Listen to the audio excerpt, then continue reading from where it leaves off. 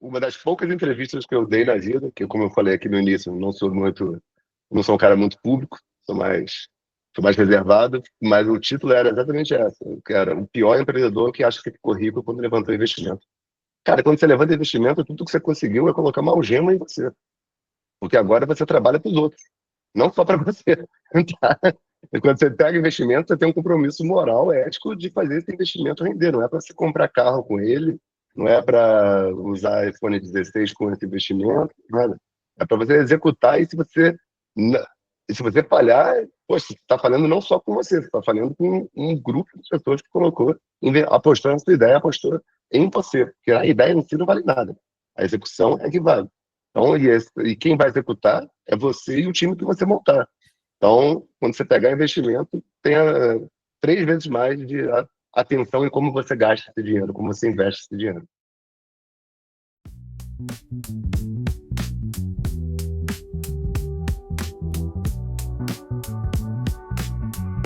Olá, seja bem-vindo ao WePod. Eu sou o Daniel Silva, o host de quase todas as conversas. Aqui no WePod nós temos uma conversa semanal, aberta ao público, onde nós convidamos grandes amigos, empreendedores, executivos, investidores, agentes do setor de inovação, de startup e de empreendedorismo no Brasil. Uma conversa aberta, franca, onde nós exploramos os grandes temas atuais, gestão, visão de mercado, como investir, como montar uma startup de sucesso.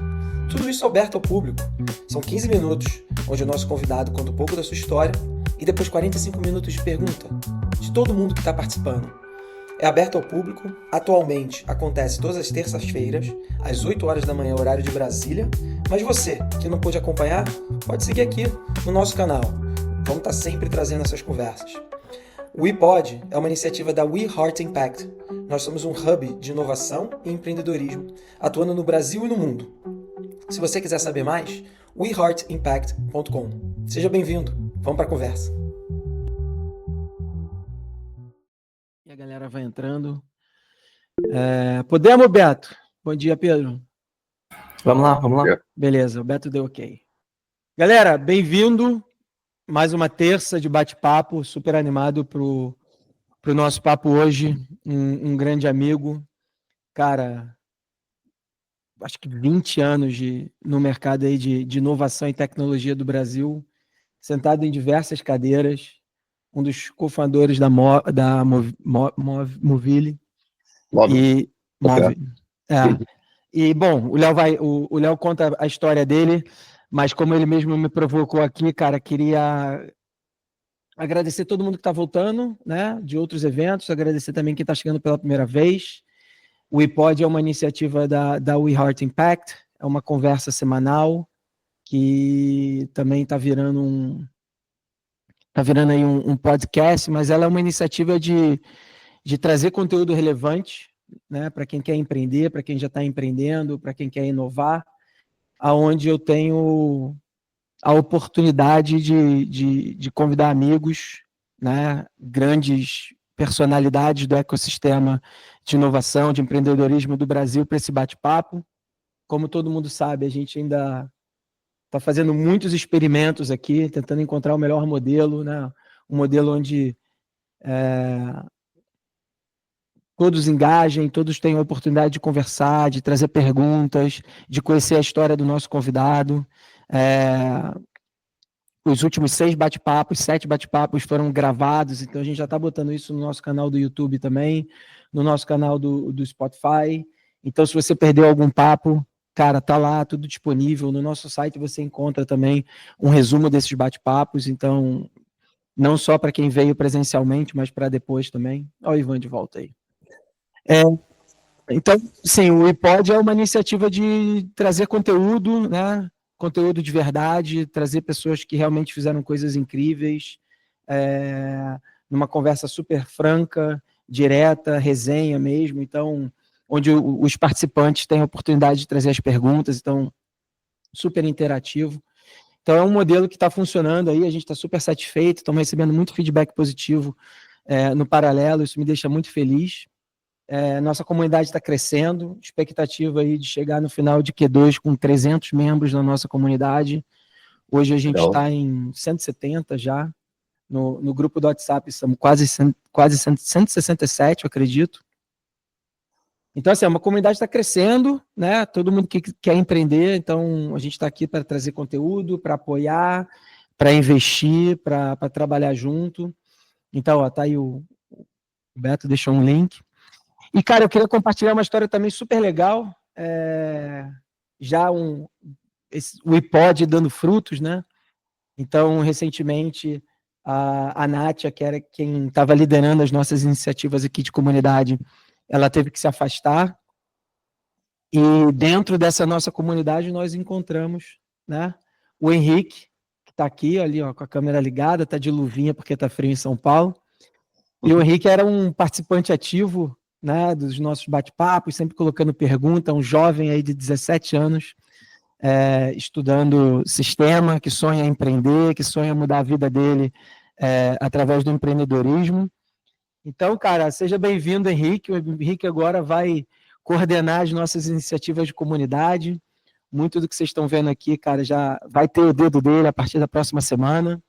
Então, pô, fico super feliz que mais um jovem que está vindo aqui para o nosso ambiente, vai ter a oportunidade de aprender muito com a gente, aprender com os nossos convidados, e estava dentro da nossa comunidade. Então, assim, cara, já é um KPI aí dizendo que realmente a gente está construindo um movimento legal, um grupo legal de pessoas. Fiquei super feliz que nós encontramos o Henrique lá dentro. Primeira vez que o Beto entrevistou ele, o Beto ficou super impressionado, me mandou uma mensagem, falou, cara, tu tem que conhecer esse cara, rápido. Eu falei, então vamos lá. Então, Henrique, seja bem-vindo. Olha o Thiago Luiz aqui, ó. Nosso convidado daqui a 2 semanas, amigo do Léo também. Grande Thiagão. Vai ser nosso convidado. Então vamos lá, cara. Acho que eu já me estendi muito aqui, já temos 26 participantes, todo mundo conhece o formato. Os primeiros 10, 15 minutos o Léo vai contar um pouco aqui da história dele, e na sequência a gente começa a trazer para o Léo as perguntas de todos que estão participando. Então coloquem as suas perguntas, não tem pergunta ruim, a gente vai filtrando aqui do nosso lado, muitas vezes tem 3 perguntas que são semelhantes, a gente consolida em uma única pergunta. Então, cara, a participação ativa de todo mundo. Léo, obrigado. Boa, Dani. Obrigadão pelo convite aí, pessoal. Obrigado de coração, hein? Eu brinco que às vezes a gente não tem a metodologia para passar ensino, essas coisas todas, mas a gente tem cabelo branco, porque não são 20 anos, Dani, são 25 anos já no mercado. Então, apesar da gente ser novo, mas estamos aí. Ó, eu sempre me sinto jovem, né? Minha esposa disse que eu não estou tanto, não, mas eu me sinto jovem pra caramba até hoje. Aquele happy hour que eu diga. Cara, vamos lá, pessoal. Eu comecei no mercado, cara, em 99, no mercado de tecnologia. Eu não sou engenheiro, mas tive a sorte de ter o meu irmão, o Marcelo Salles, que é engenheiro de computação formado pela PUC-Rio, e ele junto com um outro grupo de 4 engenheiros. Em 99, quando existia a internet e todo mundo tinha um sonho de vender um site para o Yahoo por $1 milhão, não sei se você lembra dessa época, né? O seu objetivo de vida era conseguir vender um site, tudo, né? Nessa época, pouco se falava de celular, né? O celular era um tijolão a preto e branco, que poucos tinham ainda não era massificado. E naquela época, em 99, a gente olhou e falou, cara, vamos montar uma empresa focada em desenvolvimento de aplicações para o app, para celular. O app era a tecnologia da época, a rede era 2G, tá? E o que tinha de aplicação que a gente começou com um bookmark de sites. Por quê? Os celulares não salvavam os sites que você navegava. Você não tinha uma simples função como bookmark. E a gente começou a entrar no mercado com isso, uma função simples. Ganhamos a atenção de uma primeira telefônica na época, e aí a gente resolveu desenvolver jogos WAP. Jogos WAP, quem vai lembrar aqui do jogo da cobrinha?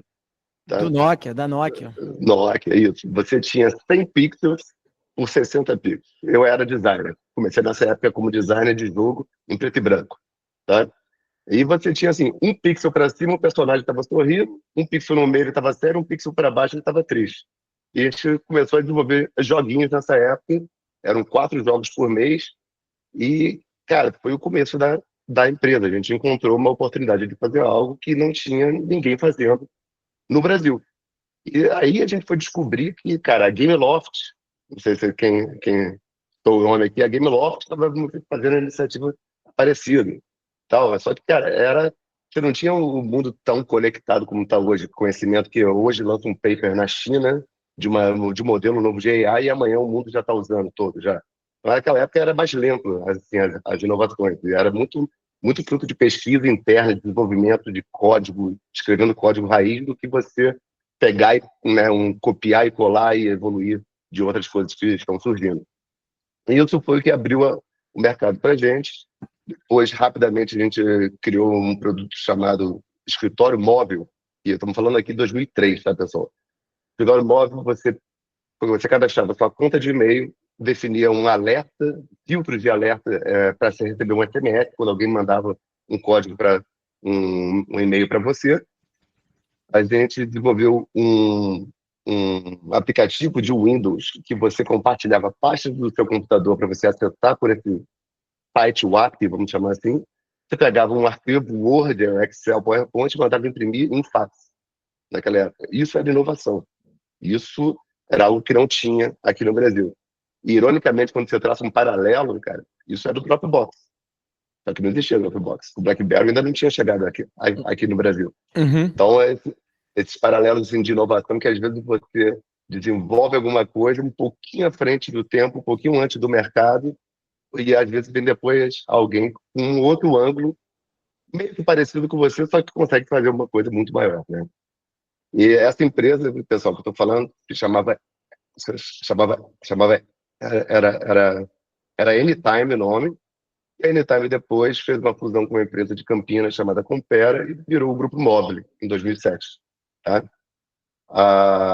Então, por que aconteceu essa fusão? Eu acho que aqui fica uma mensagem já muito legal. Cara, nós éramos muito bons, nós éramos uma empresa jovem, carioca, muito boa no que a gente fazia.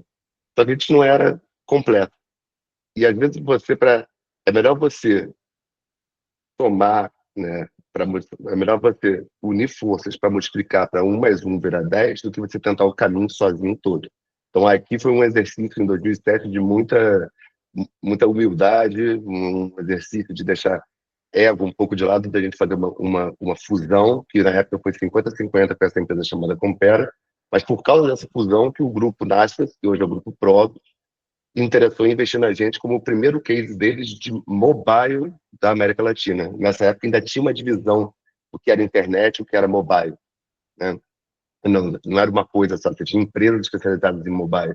Nós éramos uma delas aqui no Brasil. E foi só por causa dessa fusão que a Móvel virou o que ela virou. Foi o primeiro cheque grande que o grupo captou com um único objetivo, é crescer e virar líder. Não era crescer para chegar até a segunda página, não era para dar liquidez para sócio, não era para ninguém botar dinheiro no bolso. Aqui fica até um fato interessante, o Grupo Móvel nunca distribuiu lucro em 25 anos, tá? 100% em investimento para crescimento. Tá? Então, por que isso? A mentalidade de falar, você vai levantar um capital, você vai levantar investimento, você tem um objetivo, ser líder, ser o maior. Porque senão é um sonho pequeno, é um sonho medíocre. Não é para isso que você está usando o dinheiro dos outros, né? O dinheiro de um investidor. Está usando o dinheiro de um investidor para crescer e realmente expandir e ser o maior na sua categoria. Seja o seu sonho local ou global, tá? Ô, Léo, rapidinho, só desculpa te interromper, mas, cara, em 2007, a gente tá falando assim, o iPhone ainda não tava, né, no Brasil. Então Não. era para ser o maior do quê? Na época, o mercado de mobile, né, era muito voltado para a telefonia, certo? Então a gente tinha parceria com as operadoras de telefonia celular e nós dominávamos toda essa parte de mensageria de SMS, seja mensageria para interatividade, como por exemplo votar no Big Brother, para promoções, envia mensagem de texto, concorra ao carro papapá jogando um quiz, leilão reverso, e até mensageria, como a gente vê funcionando até hoje bastante, que é você receber um PIN code para acessar um site via SMS, tá? Então, isso em 2007 era o mercado. Como você disse bem, né? Não tinha um iPhone ainda, não tinha mercado de aplicativos. Mercado que tinha, principalmente, que a gente dominava na América Latina, era esse mercado. E aí veio parte interessante da minha história com o grupo, né? E como executivo, como empreendedor, na verdade. A gente era uma empresa brasileira, mas o sonho era sonho grande. Então a gente falou, bem, vamos expandir para a América Latina. E a gente comprou uma operação na América Latina. Eu me mudei para Buenos Aires e a gente foi expandir um jeito móvel de ser, né? Vamos botar assim, o jeito imobiliário, como a gente dizia. A gente foi expandindo, a gente comprou a operação e fomos levando esse jeito, essa metodologia nossa para cada escritório da América Latina. Então, basicamente eu viajava 25 dias por mês, Argentina, Uruguai, Paraguai, Venezuela, Colômbia, México, tentando aplicar esse método nosso, essa forma de criar produto e de se relacionar com os clientes, com as operadoras, tá?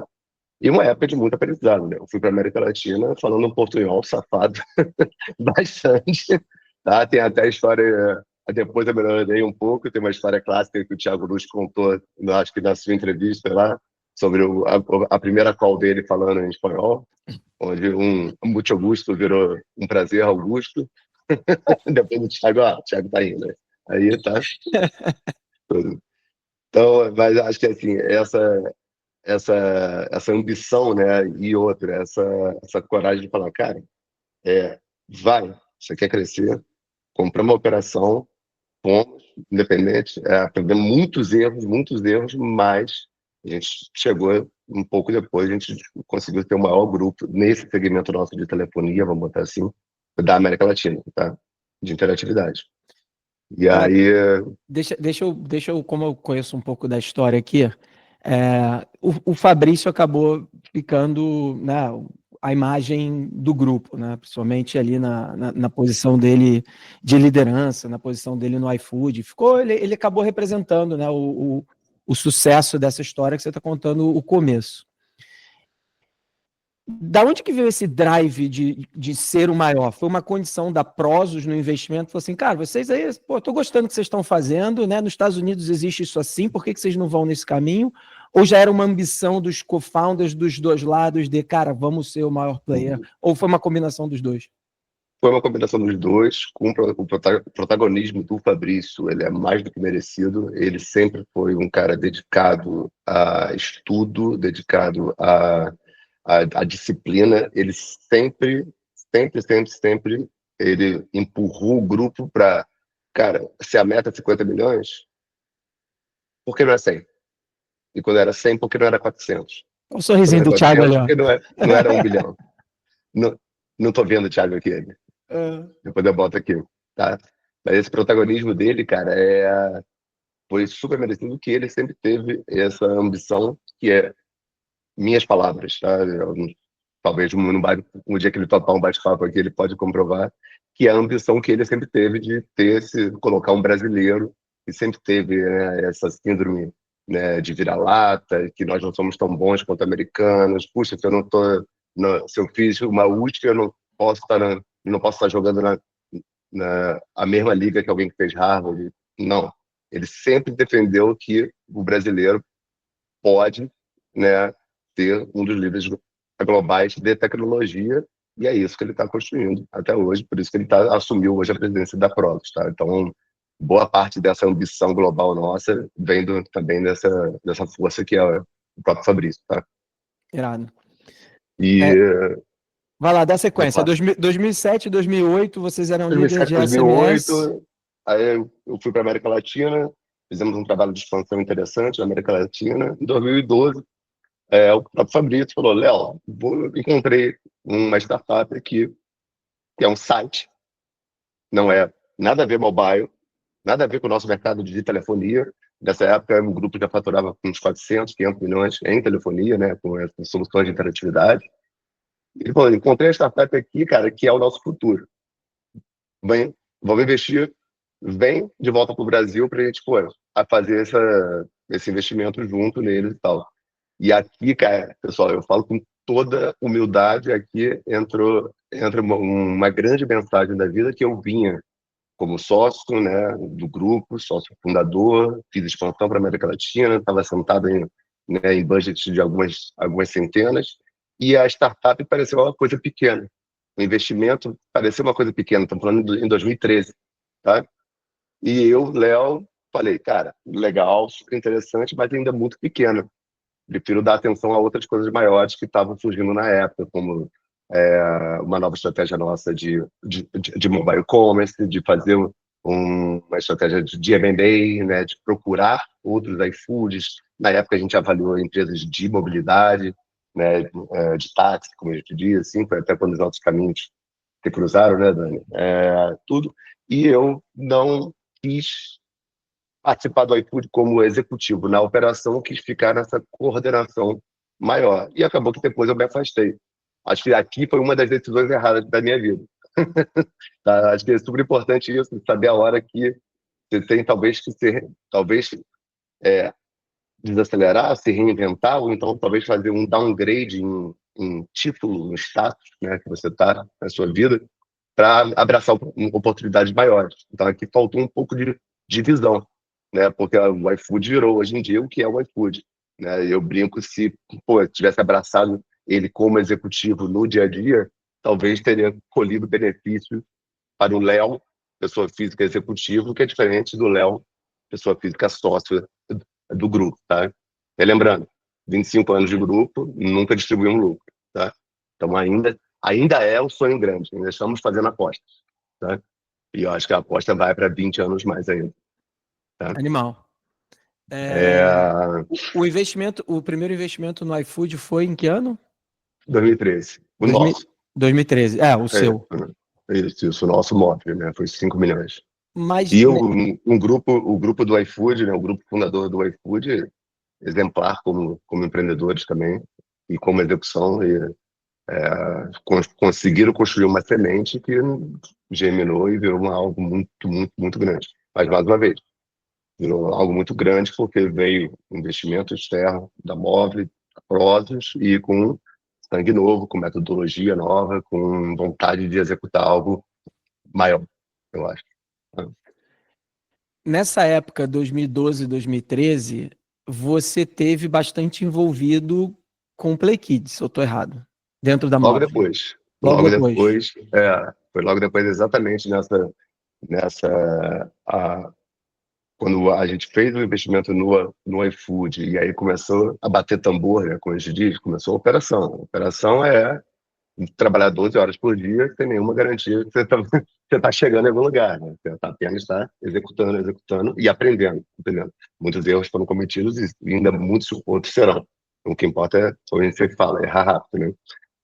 Aí eu que vinha de um histórico muito também de B2C, de marketing online, né, de campanhas de aquisição e tudo, quando a gente desenvolveu o Play Kids, que eu não sei se todo mundo sabe, o Play Kids foi resultado de 42 erros, né? A gente pegou e lançou 42 aplicativos de várias verticais, de música, de conteúdo, é, de educação, de tudo e tal, e o que teve stickiness foi o Play Kids. A gente falou, opa, encontramos alguma coisa aqui. E aí a gente focou nele. O Play Kids começou a crescer rapidamente, com o Breno Masi, com o André, a Plaza Arts, tudo, que hoje eu acho o nome para você convidar aqui para o Opa, próximo iPod, se quiser, tá? A história dele é fantástica também. E o Play Kids foi a gente já com a mentalidade de Go Global, Go Big, a gente pegou e lançou um aplicativo em um ano. Um aplicativo que começou em português, estava em 17 idiomas, fazendo campanha ativa de marketing em 30 e poucos países. Campanha de TV nos Estados Unidos, campanha de TV na Austrália, relacionamento com a Apple, direto em Cupertino, relacionamento com o Google. Então, foi algo, a gente montou um escritório em Sunnyvale, lá no Silicon Valley, para tentar respirar aquela forma de criar aplicação global grande. Conseguimos, mas eu posso falar do período que eu tive, a gente aprendeu também queimando muito dinheiro, né? Era um mercado que hoje você tem um mercado muito mais evoluído, muito mais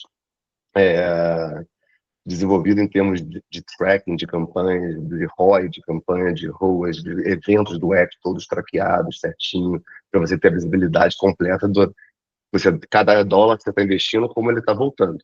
Nessa época, se media muito por CPA, custo de instalação, tá? CPI. Então, foi uma época também de muito aprendizado, e os próprios veículos, né? O que a gente conhece hoje como as campanhas do Google, cara, que é UAC, onde basicamente hoje, quando você configura um anúncio no Google, você não coloca quase nada de métrica, né, de configuração. Você bota 5 assets de imagem, 5 assets de texto, e ele que entrega isso para você. Isso eles desenvolveram na época que a gente foi um dos primeiros clientes desse tipo de formato, né, do Google no mundo na época. E aí foi o Play Kids, e só para a gente não, né, estourar o tempo aqui, entrar nas perguntas, pessoal. Nessa época, eu já estava 16 anos no grupo, teve uma mudança A gente fez uma grande campanha de mídia de TV para o Play Kids, onde o foco era entretenimento. O grupo, né, a Mobile queria dar uma pegada de educação para o Play Kids. Eu, como estava à frente do lado do marketing e negócios, falei, cara, acredito mais em entretenimento, não é educação agora, acho que a gente não tem autoridade para isso. E aí eu falei, ó, bem, não sou o cara certo para estar à frente. E aí aqui veio uma coisa que, nessa época, o grupo já tinha evoluído, tinha muita gente chegando, né, com faculdade de Stanford, de Harvard, de MIT, e o grupo ficou burocrático. E aí acho que o Dani entende isso aqui, o Thiago também. A gente tem essa semente empreendedora que não é a semente mais organizada de processos, de controles e tudo. Então, nessa época, eu falei, cara, eu tô chato dentro da própria empresa que eu criei. E porque esse 0 a 1 é muito gostoso, né? O 1 a 100, ele precisa de muito mais organização, muito mais metodologia, talvez assim. Então, o que eu gosto é esse 0 a 1. E nessa época eu falei, cara, estou 16 anos no grupo, vou sair como executivo, sair para montar e-book de audiolivro, que a gente criou o mercado de audiolivro aqui no Brasil. Não existia nada, hoje ainda está no início esse mercado aqui no Brasil, mas já tem alguma coisa. A gente tem o maior catálogo pela e-book de audiolivros em português, tá? Chegamos a ser uma das maiores de audiolivro da América Latina. Depois, continuo como sócio do e-book, saí para montar uma iniciativa própria, que está aí até hoje, que é o Story Click, que é um aplicativo de histórias no formato de chat de WhatsApp. Um aplicativo montado aqui desse escritório, sozinho, 0 funcionários, conteúdo 100% AI hoje em dia, ainda bem. Então, está também em 15 países esse aplicativo, distribuído através de parceiros. Então, foi um formato para uma tese boa que você pode construir também coisas hoje grandes sem ter empresas com 100 funcionários. Tá? Essa literalmente é um eu preso. E isso foi muito na época de uma decisão, quando a minha segunda filha nasceu, eu falei, hoje a minha profissão principal é ser pai, então eu me dedico 100%, né, a elas. Eu não estou com um crachá executivo hoje em nenhuma empresa, mas a gente é muito inquieto para ficar assim por muito tempo, né? Elas já estão ficando grandinhas já. De lá para cá, atuo como anjo de algumas empresas, advisor de outras. Sou sócio da Domo Invest, investidor, entrei no primeiro fundo deles. Sou sócio atualmente da Cadastra Ventures, que é um novo fundo que surgiu esse ano, focado 100% em empresas de AI aqui do Brasil. E nesse caminho de advisor, em 2019, 20, eu encontrei a Débora Foloni, que tinha a Xiligan, era a Xiligan Vídeos. E quando você se apaixona pelo problema, pela tese, né? Você passa de amigo para advisor, eu falei, cara, tem uma oportunidade aqui que eu acho que eu quero, a gente tem que capturar. Então eu falei para ela, olha, tem como a gente construir algo maior, mas vai dar trabalho, mas tem como a gente construir juntos. Vamos? Ela, vamos, venha. E aí a gente montou a Xiligan de vídeos, evoluímos para a Xiligan Creatives, que era uma ad tech que você plugava o teu e-commerce, por exemplo, e a gente construía todo um enxoval de criativos para marketing digital. E a gente fez isso, começamos em 2019, levantamos o investimento em 2020, No meio da pandemia, vendemos a empresa no final de 2021 para uma empresa de Nova York chamada Vidmore. Então foi super rápido, assim, né? Então, foi num time perfeito, porque a gente viu o avanço de AI hoje em dia, né? Teria engolido bastante parte da nossa proposta de valor, a gente teria que ter investido bastante para se reinventar. E desde então, eu continuo, desde após essa venda, eu continuo hoje basicamente como advisor, mas, como eu disse, sempre inquieto, querendo montar com algumas ideias aí para 2025, 2026, né? Quem sabe não chegou na hora, não chegou a hora da gente ser sócio, né, Léo? A gente tá tentando, cara, desde 2016. Animal, galera, olha Bom, só. Como vocês já sabem do formato, deixar as perguntas aí. Tem algumas aqui já do Ivan, então eu vou começar a acelerar. Vocês já entenderam um pouco a história do Léo, então fiquem à vontade. Não tem pergunta ruim. A sua dúvida pode ser a do cara do lado também, então vamos nessa.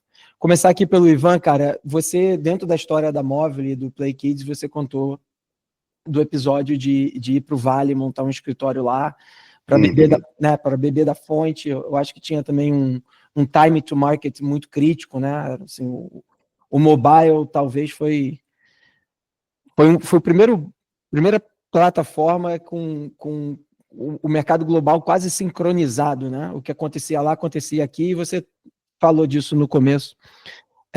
O quanto você acha que foi relevante esse experimento da Móvel de montar um escritório lá, beber da fonte, mandar um time, essa interação com aquele mercado, né? Que é super inovador, e quanto que isso ajudou na cultura, na operação, no resultado? ele mesmo disse para começar para essa segunda pergunta, cara, foi essencial para a gente entender como o mercado, como a mentalidade americana ela funcionava em relação a desenvolvimento, né, de negócio, a relacionamento de negócios. Nessa época a gente aprendeu, eu aprendi uma coisa muito valiosa, cara, que aqui no Brasil, infelizmente, a gente explora pouco, que é, você pode bater a porta de um grande executivo, de uma grande empresa, e falar, cara, eu estou empreendendo nesse setor, nessa área, tem esse negócio, tem 15 minutos para a gente bater um papo, tem 30 minutos para a gente tomar um café, porque não é com um interesse econômico, eu estou te vendendo alguma coisa, ou, poxa, eu posso te pagar dinheiro para você me dar opinião. É troca. É isso que a gente está fazendo aqui. É troca de conhecimento pura. Lá tem muito isso, tá? Isso foi uma coisa que me chamou a atenção. Outra coisa a gente estava no mercado de aplicativos, né? Então a gente estava desenvolvendo o Play Kids no mercado de aplicativos. Cara, você tinha que ter relacionamento com a Apple. Você tinha que ter relacionamento com o Google. E não era relacionamento com os times locais que talvez, né, chegavam com formatos já definidos aqui ou com pouco espaço para interação ou flexibilidade. Eu ia dentro do Google para conversar sobre uma estratégia, uma funcionalidade de produto. E acontecia isso. Não era porque... só que acontecia aquilo, né? Para você estar no Brasil, para você marcar uma agenda para pegar um avião para ir, vira um evento grande. Você estando lá, cara, literalmente você marcar um café hoje à tarde, 5 horas. Tá? Então, Sim. outra coisa super legal. Ah, teve um caso muito legal, cara, que parece arrogante, mas você entende como o americano é muito focado em negócio. A gente marcou uma reunião com um executivo da Apple e a reunião na agenda entrou de 3 a 3:05. Pensa que foi um erro, né, do cara da agenda. Ele entrou e falou, pessoal, eu tenho 5 minutos. E não foi arrogante, não foi uma reunião. O cara, ele falou, cara, vocês têm uma dúvida, eu tenho uma resposta. A gente apresentou a dúvida, ele falou, não, não podem fazer isso. Acabou a reunião. Tá ótimo. A gente conseguiu o que a gente queria. Não precisava, talvez, esse ritual daqui, que você marca reunião de 1 hora, primeiros 15 minutos de small talk, toma um Sim. cafezinho, fala do frio de São Paulo, o Corinthians ganhou, perdeu, o Palmeiras e tal. Cara, é bem objetivo, então acho que isso foi outra vantagem. E outro também foi para a contratação de talentos locais, né? Você ter talentos locais que, cara, para você recrutar alguém, por exemplo, de São Francisco, para uma empresa de São Paulo, remotamente, cara, é mais difícil. Porque lá você tem uma face, você tem uma rotina, você tem um escritório, você tem a trocação, você tem aquela combustão de ideias juntos. Então, acho que isso também foi muito benéfico nessa época de mercado. Hoje o mundo está mais conectado, né? Hoje você tem, talvez, muito... Hoje, principalmente pós-pandemia, tornou talvez um pouco mais fácil times remotos. Você vê uma empresa como a própria iFood hoje, que é uma empresa que tem um modelo híbrido e alguns times estão 100% remotos. E só para ficar claro, pessoal, eu sou sócio do Grupo Móvel, né, a empresa que a gente cofundou lá em 99. Hoje, desde 2016, eu não sou executivo, tá? Então, eu sou sócio do iFood, por exemplo, através do Grupo Móvel. Você fala, Léo, pô, queria falar com o executivo lá do iFood sobre uma oportunidade de negócio. Você vai ter mais chance de sucesso do que eu. Tá? Hoje eu não conheço, tirando talvez o Diego, que é o CEO, e o Fabrício, que é a Prozis, não conheço ninguém que trabalha lá hoje em dia. Tá? E eu acho isso ótimo, a felicidade de ser minoritário.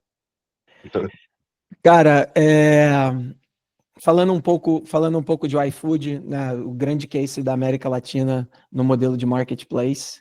E aqui a pergunta do Diogo, que eu achei super pertinente, né, o ovo e a galinha ali. Então, o Diogo fala, cara, para um marketplace onde os dois lados precisam de incentivo, qual seria, cara, a sua dica? O que você já viu de boas práticas para manter o equilíbrio entre oferta e demanda nessa fase de tração, né? Não em escala, mas ali tracionando o negócio, fazendo uma expansão geográfica, talvez. E, Diogo, eu vou guardar essa sua pergunta para daqui a 2 semanas a gente faz a mesma pergunta para o Thiago Luiz aqui, que tocou muita coisa no iFood, foi CEO da iFood na Colômbia, começou do zero, então ele também vai poder ajudar bastante. Mas, Léo, tua opinião, cara? Cara, minha opinião, você vai começar a desenvolver um marketplace, começa do lado mais fácil, né? O que é, cara, qual lado que você está agregando valor? Vamos pegar o iFood, assim. O restaurante não era tech, não tinha nenhuma tecnologia. Então, ele estava trazendo uma inovação para o restaurante. Então, era uma proposta de valor bem clara, né? Ó, eu estou te trazendo mais pedidos. Poucas pessoas vão recusar, né? Mais dinheiro na vida. Então, você começa com um lado mais fácil. Outro, começa pequeno, começa com um laboratório. Pega um bairro, desenvolve esse bairro, tá? Cria o ecossistema numa escala pequena para você aprender, tá? Para você aprender mesmo. E no início, né, tenta dar incentivo, não pensa tanto talvez no seu resultado financeiro, tenta muito mais na comprovação da proposta de valor que você está se propondo, né? Cara, se num bairro, restaurantes estão oferecendo, né, delivery, tem pessoas pedindo, as partes estão extraindo valor, as partes estão felizes, estão vendo que aquilo é útil. Aprende nesse ciclo pequeno aqui para você conseguir. A única certeza que tem é que você vai errar, vai dar bugs e tal. Tudo. Então, cara, R pequeno, tá ali, para você aprender e tudo. Então, eu faria isso. E o outro consiga fechar um ciclo todo, né, um modelo ponta a ponta, para você falar, bem, agora eu tenho algo aqui, agora eu posso pensar em escalar isso, agora eu aprendi como que eu atraio um restaurante desse bairro, eu aprendi como eu capturo usuário desse bairro, tudo. Com esse aprendizado, você vai aumentando, aumentando, aumentando.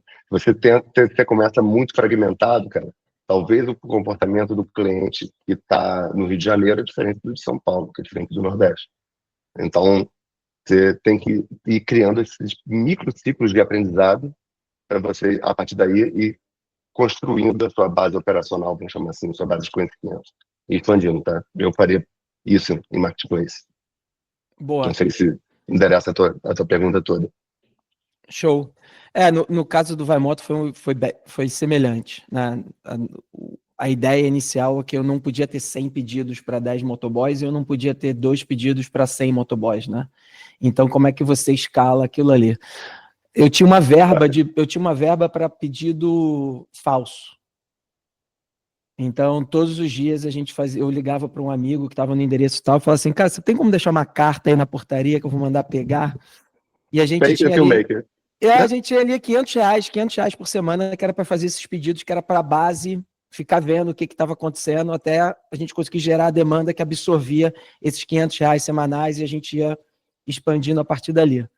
Mas Eu acho que a tua história, né, do Vai Moto também tem uma mensagem importante, cara, que nesse início sai da cadeira e fala com o cliente. O Dani dirigiu moto, o Dani dirigiu caminhão para fazer entrega.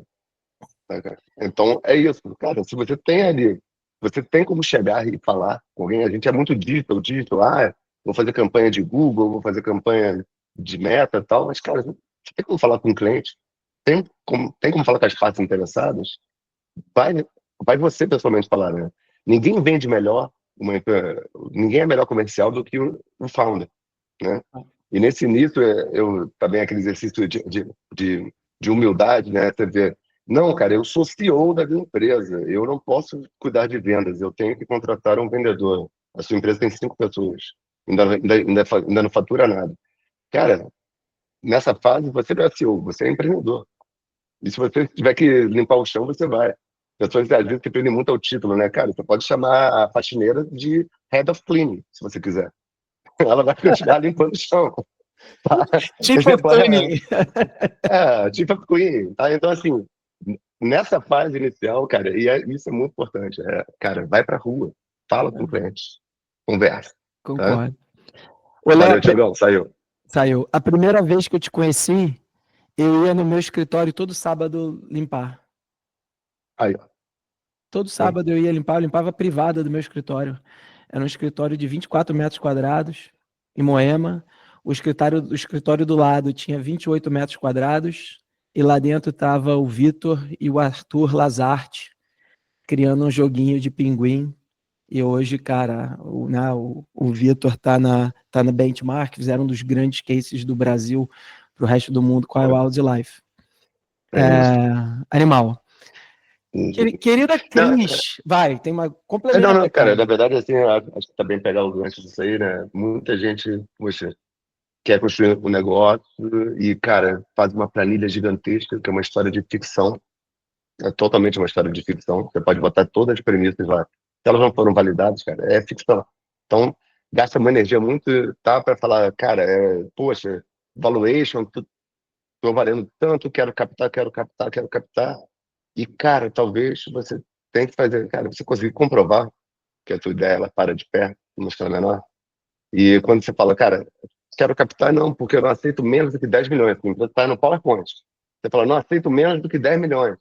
E você fala, cara, mas você prefere pegar o dinheiro de alguém e se a sua ideia é tão boa, você prefere abrir 10%, 15% da sua empresa, ao invés de talvez vender o carro que você tem e colocar nela, ou se você tem um imóvel. Eu sempre faço esse questionamento que, cara, se a sua ideia é tão bom, por que você vai deixar alguém também ser dono dela? Se for só, né, dinheiro por dinheiro, né, Não, investimento, assim. Então, se preocupa muito mais em comprovar a proposta de valor, fechar o ciclo, entender o que você está construindo, do que falar, se eu não captar, o valuation de tanto, eu fracassei. Cara, executa pequeno, depois cresce. Porque nesse início de empresa, né, o valuation, na lógica, ela é romântica. Não tem nada que vai fazer o seu PowerPoint valer 10 milhões ou 5 ou 2. Tem um pouco que você agiu. Então, se concentra muito mais em agir em pequena escala. E hoje, pô, você tem um ferramental de, de opções para colocar um produto no ar, cara, com no-code, com tudo que a gente tem visto aí.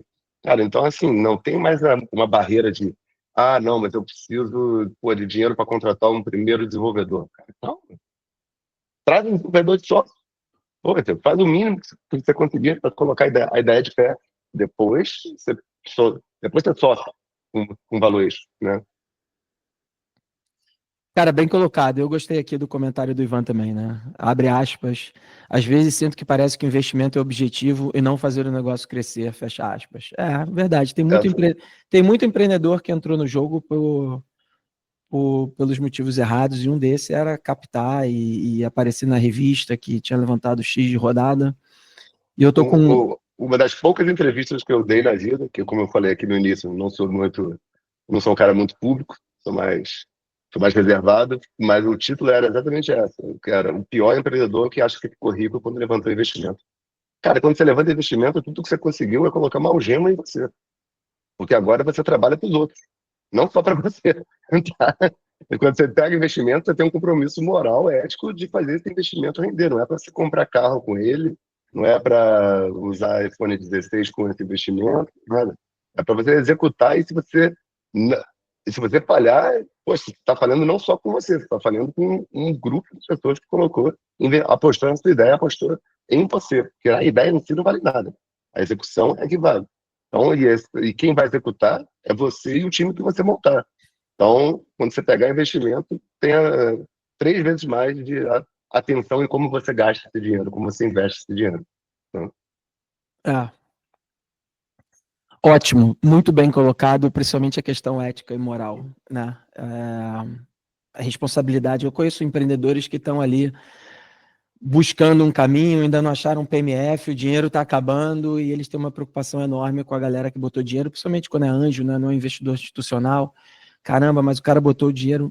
Assim, eu acho que o investidor sabe do risco, evidentemente que ele sabe do risco, é um ativo com altíssimo risco, mas eu acho legal o empreendedor que tem esse compromisso moral, que tem essa preocupação, que está ali trabalhando, tentando entregar mais, porque sabe que é o dinheiro de uma outra pessoa que está ali dentro. Mas isso também aumenta a pressão que o empreendedor coloca nele, né, na responsabilidade dele perante o time, perante o dinheiro dos investidores também. Muito bom. Vamos lá. Se tiver alguns casos, como ocorreu no ano passado, né, do empreendedor entender que o mercado mudou, a tese mudou, a tese não se comprova em escala, e teve um empreendedor que devolveu o dinheiro para o investidor. Falando, cara, eu prefiro devolver o dinheiro para você do que queimar o seu dinheiro e queimar o outro bem valioso que a gente tem, o nosso tempo. Então, isso é muito nobre ver isso acontecendo, né, cara? Total. Se a gente está falando do mesmo caso, esse cara é um baita do empreendedor, né? Pô, bastante. Talvez um dos maiores aí dos últimos 20 anos, e num novo negócio dele, falou, galera, a gente testou, não tem um caminho aqui, ainda tem tanto no caixa, a gente está devolvendo para os investidores. Animal. Podia ter ficado ali mais 2 anos, se pagando uma grana, pivotando, tentando coisa, mas não. Boa. Boa. Vou pegar a pergunta do Pedro aqui sobre a canastra. Pedro, o programa de residência está aberto, a canastra funciona com um programa de residência que depois desemboca numa aceleração de 6 meses. A gente está fazendo a aceleração do primeiro batch, mas a residência do segundo batch está aberta já. Se quiser, se inscreve, eu pego o link para você já aqui. Eu vou tentar trazer o Arthur no mês que vem, que a gente vai ter um especial de AI. E aí, legal. Vou trazer ele numa cadeira de investidor, acho que vai ser bacana. Boa. O Léo vai deixar aqui vai deixar aqui o link. Eu vou para a pergunta da Cris, minha querida Cris. Um dos grandes cases de educação do Brasil, galera. Ano passado ela botou 2 milhões de jovens, ou mais, 2 milhões de jovens brasileiros para fazer prova de matemática, para fazer prova de lógica e para fazer prova de educação financeira. Eu acho que todos os estados do Brasil, com certeza, talvez mais de 70% dos municípios. Então, a Cris é uma dessas guerreiras, não só empreendedora, mas no setor de educação, que tenta mudar o nosso cenário aí e transformar a sociedade brasileira a partir da educação. E a Cris pergunta, com os desafios de agora em tech, e aí ela traz para o setor dela de educação, se você fosse montar um time hoje, né, um time para escalar, já tracionando, contratação, quais seriam os pontos de atenção para um crescimento com a equipe em modelo remoto? Boa pergunta, Cris. Eu acho que, eu não sei em que estágio está a operação hoje de vocês, tá? Não sei se já está estabelecida, já está grande ou não. Mas acho que quando a gente fala de montar uma equipe, né? Acho que a relação financeira é a última que tem que pesar. Nesse momento, né? Eu vou fazer um gancho lá com a Móvel de 2007, tá, pessoal? Cara, você tem que ter pessoas que estão acreditando na mesma missão, no mesmo desafio, querendo resolver o mesmo problema que você quer resolver. Você tem que trazer pessoas que potencialmente você vai querer, poxa, dar stock options para elas serem sócias suas, não só para retenção dela, mas para recompensa também. Falar, cara, você está aqui porque a gente vai resolver isso junto. Não tem Cristiano Ronaldo, né, que faz gol sozinho, né? Então, se botar ele contra 11 do outro lado, dificilmente ele vai fazer alguma coisa. E olha que Dani, eu não entendo nada de futebol, hein, cara? Vocês que entendem. Vai ser Thiago. Então, assim, cara, o cara que vai ser uma equipe remota, né, cara, você tem que ter o feeling da leitura dele. Não adianta você botar controle, né? Saber se o cara está conectado, se está online. Você não quer ser babaca de uma equipe remota. A equipe remota tem que ter entregas sólidas, mas mais do que entrega, tem que ter a colaboração. Você sentir que o cara está ali só apertando o botão, cara, esse cara não é o cara que você vai querer do seu lado. E às vezes é um cara muito bom, mas ele faz mal para o resto da equipe. Uma história real, na operação da Gun, a gente tinha uma equipe 100% remota, a gente cresceu da pandemia, de 4 pessoas para 20 pessoas. A gente vendeu a empresa, teve gente que eu fui conhecer só no dia da venda. Tá? Você tem ideia? E tinha um cara muito bom. E você pegava a sprint de 5 dias da semana, ele entregava na segunda-feira tudo. Ele era muito bom. Só que ele era tóxico para a equipe. Porque ele falava, olha, eu entreguei a minha sprint, eu vou jogar videogame agora. Ele falava, não, você vai pegar mais sprint, vai pegar mais trabalho, vai puxar a próxima. Não, você está querendo que eu tenha só mais trabalho, enquanto os outros estão trabalhando num ritmo mais lento. O problema são os outros, não sou eu. Nesse dia foi um dilema, que o cara era muito bom, só que quando jogava em time, ele fazia mal ao time. Ele teve que sair, entende? Porque apesar dele ser muito bom, ele não colaborava com o time todo, não empurrava o time para cima. Tá? Acho que um pouco sobre isso. Então, no mínimo, contrate alguém, monte alguém que você, né, que você saiba que, poxa, essa pessoa, cara, você vai poder contar para estar do seu lado e, poxa, por que não essa pessoa ser sua sócia? Você não chama qualquer um para ser seu sócio, né? Então, não chame qualquer um para colaborar para sua empresa. Acho que é um pouco por aí. É meio difícil de tangibilizar em entrevista remota, né, tudo, mas acho que todo mundo tem um feelingzinho quando está se relacionando com outro ser humano, né? Boa. É um desafio, né? Acho que está todo mundo nesse barco aí. Eu acho que um país com dimensões continentais como o Brasil, o talento está espalhado. Então, se você quer montar um negócio, você tem que ter o melhor talento que você consegue ao seu lado, alinhado, né? E muitas vezes esse cara não vai estar presencialmente no mesmo espaço físico, na mesma sala que você. Então você tem esse alinhamento constante. Eu acho que um bom processo de onboard também é fundamental, né? E a criação da a cultura, né? A cultura não é palavra em um mural, né? A cultura vem do founder, né? Vem do exemplo do founder, de como ele se relaciona com o time e como ele espera que o time se relacione com ele, tá? Se essa relação for saudável, se essa cultura for forte desde o zero, né? Não existe momento certo para começar a criar cultura. Você cria cultura quando você está sozinho como empreendedor, no deserto. Qual é a cultura? Você, poxa, você saber priorizar quando você, ao invés de você falar, cara, poxa, são 4 da tarde numa sexta-feira, acho que sextou, né? O empreendedor não tem essa opção. Né? Ele vai criando esse time forte junto com ele ali, que não é, cara, abusivo, não é trabalhar 24 horas, não é viver para a empresa de forma alguma, mas é essa obsessão de querer construir junto. Tá? Eu acho que é muito sobre isso. Tá? Você querer um time que, cara, tá com tesão de falar, vamos resolver esse problema junto, não pelo salário, não pelo dinheiro, não pelo chefe. Acho que a gente quer resolver esse problema junto. Para você acha que ainda cabe esse pensamento, cara? Nos dias atuais, assim, nessa loucura de mídia social, nessa loucura de influência, nessa loucura de dopamina, né, de ficar rico rápido, né? Quem são as referências daí nos dias atuais, esses vendedores de curso, de como ficar rico, essas coisas todas. Você acha que ainda cabe esse alinhamento de, cara, a gente está aqui para resolver essa dor, para ter esse impacto na sociedade, pode demorar 10, 20 anos e vamos nessa? Mas, cara, fazer dinheiro é diferente de gerar valor, né? Total. Acho que são duas coisas totalmente distintas. Fazer dinheiro é fácil. Você pode fazer dinheiro. Você não precisa contratar 20 desenvolvedores. Você quer fazer dinheiro hoje em dia, ainda mais com rede social, você consegue fazer dinheiro, mas é sobre isso. Só se for sobre isso, tudo bem, cara. Não estamos aqui para julgar. Tá? Você quer criar a melhor padaria da Vila Mariana? Cara, que legal. Faça a melhor padaria da Vila Mariana. Se esse é o seu propósito, se isso é a sua vontade. Mas, pô, acho que duas coisas. Dinheiro, ele vem e ele vai muito rápido, né? Se você não tiver uma mentalidade, a gente vê muito isso, né? Essa galera que está fazendo dinheiro e, cara, aparece com Ferrari, aparece com mansão, mas se não fizer um outro curso, um outro lançamento a cada 6 meses, tem sonho, tá? Não estou julgando, acho que o cara tem um puta talento, tá? Assim como tem gente que, pô, consegue abrir uma câmera e falar, qual é, galera, tô aqui e tudo. Eu sou incapaz de fazer isso. Mas eu respeito, mas eu acho que, assim, as empresas que perduram, né, são empresas que estão resolvendo problemas reais, dores reais, e com soluções que estão em constante evolução. Não tem aquela coisa, coloquei meu produto na rua, pronto, acabou. Seu produto, do dia que você lança, é o dia que ele está incompleto.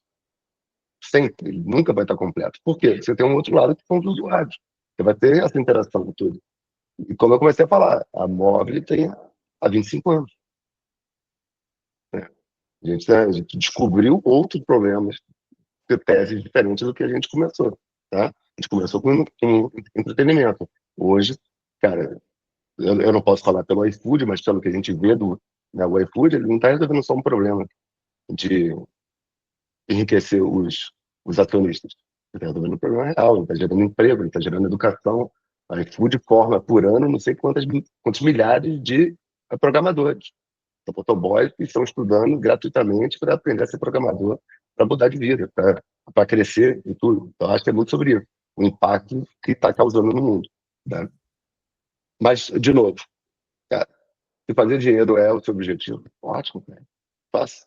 É até mais fácil. Boa.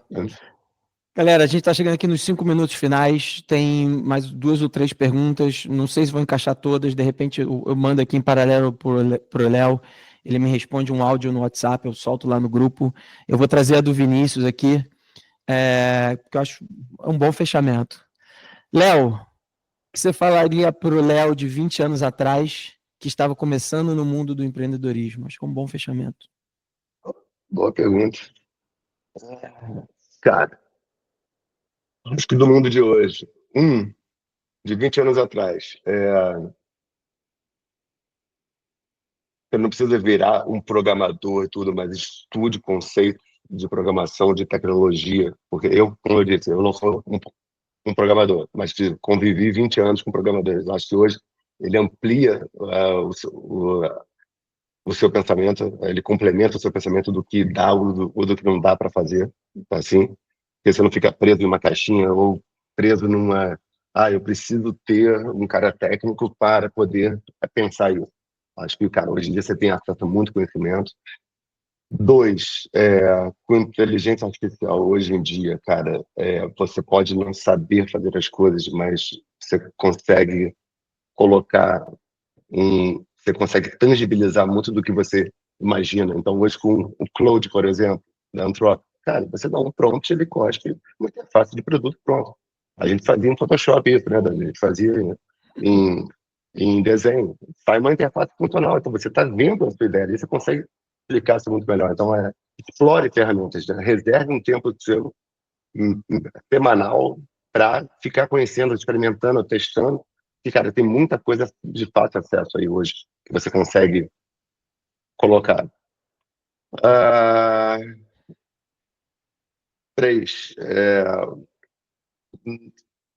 não deixe nunca de ser um otimista, mas não deixe o otimismo ele te cegar. Não deixe o ego te cegar. Que nem eu coloquei, né? Não acho que porque você é CEO, você não pode sim, ter o cara de vendas, né? Então, assim, acho que tem que ter essa não disciplina, mas essa vontade de fazer sem se prender talvez a rótulos ou a padrões ou a querer, cara, se eu não for Forbes Under 30, eu não sou um sucesso na minha geração. Não. Aquilo é uma estratégia, na verdade é uma estratégia de marketing, de PR, para você ter visibilidade para o teu negócio, mas não é o seu objetivo final, né? Assim como, então acho que um pouco sobre isso, tá? Se preocupa mais em fazer menos do que em parecer ou aparecer, tá? Talvez um pouco disso. E tenha certeza, não sofra com os seus erros. Erra, aprende, sacode a poeira e segue em frente. Não fica sofrendo, senão, cara, você não sai do lugar, tá? Acho que um pouco também isso. E você, Dani? O Dani de 20 anos. Congelou para mim, Dani. Congelou para vocês também? Congelou. Só porque eu joguei a bola para ele? Bom, acho que voltou. Voltou? Voltei. Pronto. Joguei a bola para você e você ficou estático para fingir que congelou, pô. Exatamente.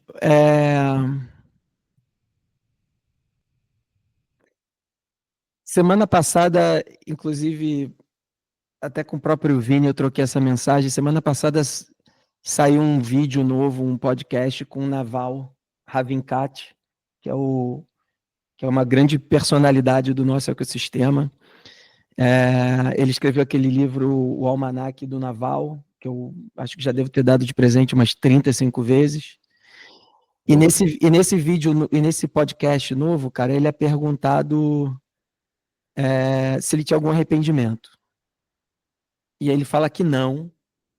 E aí eu acho que ele fica em silêncio por 5 segundos, respira fundo, e ele fala: eu teria sofrido menos. E eu acho que esse é bem alinhado com o meu pensamento. Assim, eu sofri demais. Todas as fases que eu tive, todos os momentos, cara, puto, o dinheiro vai acabar, puta, esse cara vai pedir demissão, eu tô ferrado, prometi pro Léo que eu ia entregar a parada. Então eu teria sofrido menos. Eu acho que vai um pouco na linha do otimismo, né? Vai um pouco na linha da visão de longo prazo, não do imediatismo, né? Que tudo pode acabar amanhã, mas, cara, eu tô nesse passo, mas, cara, eu tô vislumbrando daqui a 20 anos o impacto que eu quero ter, o que eu quero construir. Então, pô, eu sofri demais, todas as fases, cara. Eu sofro demais até hoje. Nossa. E acho que não só para a empresa, mas acho que na vida, de forma geral. É olhar para frente. É a única opção. Né? É Você única. não tem como mudar. Então é olhar para frente sempre. Exatamente. E aí, cara, eu vou fazer um fechamento aqui. Já estourou aqui 1 minuto, mas nós ainda estamos aqui com 26 pessoas. Eu já falei isso para ele algumas vezes, ele fica sem graça quando eu falo. Mas, cara, o Léo Salles é o cara que mudou minha vida, galera. O Léo, ele me conhece há muito tempo, sempre empreendedor, ele nessa posição que ele contou aqui, né, de imóvel, etc. E eu sempre batendo lá, pô, tô com isso aqui, tô com isso aqui, tô com aquilo, tô com essa ideia. E eu acho que foi 2018, nós estávamos juntos no Web Summit em Portugal, e o Léo fala assim: Daniel, cara, tu ama o que tu faz, de ficar mentorando essa galera, porra, você faz com amor, você gosta, você é bom, cara, você deveria focar nisso, o teu negócio deveria ser isso. Então, o Léo me provoca que eu deveria né, levar mais a sério essa posição de mentorar e transformar isso em um negócio. E aí o modelo era participação, né, onde os empreendedores me buscam para ajudá-los, e como ele está no começo da jornada, existe um risco muito grande, ele não consegue me pagar, ele não tem receita, etc. e tal. Eu troco o meu trabalho, a minha colaboração por uma participação minoritária daquele negócio. E eu fiz isso de 2019 a 2024, foram 9 colaborações ao redor do mundo. Essas colaborações captaram mais de 100 milhões de dólares de investimentos de alguns dos maiores fundos do mundo. Somadas valem alguns poucos bilhões de reais. E eu fui muito feliz, muito feliz. Eu aprendi demais, eu interagi com gente muito melhor do que eu. E se o Léo não tivesse falado isso da forma como ele colocou, com a franqueza, né, a admiração que eu tinha pelo histórico dele, me fez levar a sério aquela provocação, eu não teria construído essa parte na minha jornada. O Vini está aqui, é uma das minhas colaborações. O Beto está aqui, foi uma colaboração quando ele tinha a startup dele. Então, pô, agradecimento aí gigante. A nossa amizade, né, a nossa troca. E por você ter me botado numa direção, cara, que mudou minha vida, me fez uma pessoa muito feliz, eu vivi muita coisa legal e, cara, eu tive um retorno, um sucesso profissional absurdo com esse modelo de negócio. E hoje você está aqui nesse meu novo projeto, onde eu junto os próximos Léos, os próximos Daniéis e, cara, ajudando a give back, né, trazendo o teu conhecimento, contando a tua história. Então, cara, uma gratidão muito grande pela nossa amizade aí de 12, 13, 15 anos, meu irmão. Obrigado por tudo mesmo. Obrigado a vocês aí, pessoal. Quem quiser bater um papo depois, em privado, fica à vontade, pode pedir o contato aqui pro Dani. Eu sou um cara que eu gosto muito disso, dessa troca, e se por acaso sair negócio, bom, se não sair negócio, a gente toma um chopp ou um vinho em algum lugar do mundo. Beleza? Show de bola.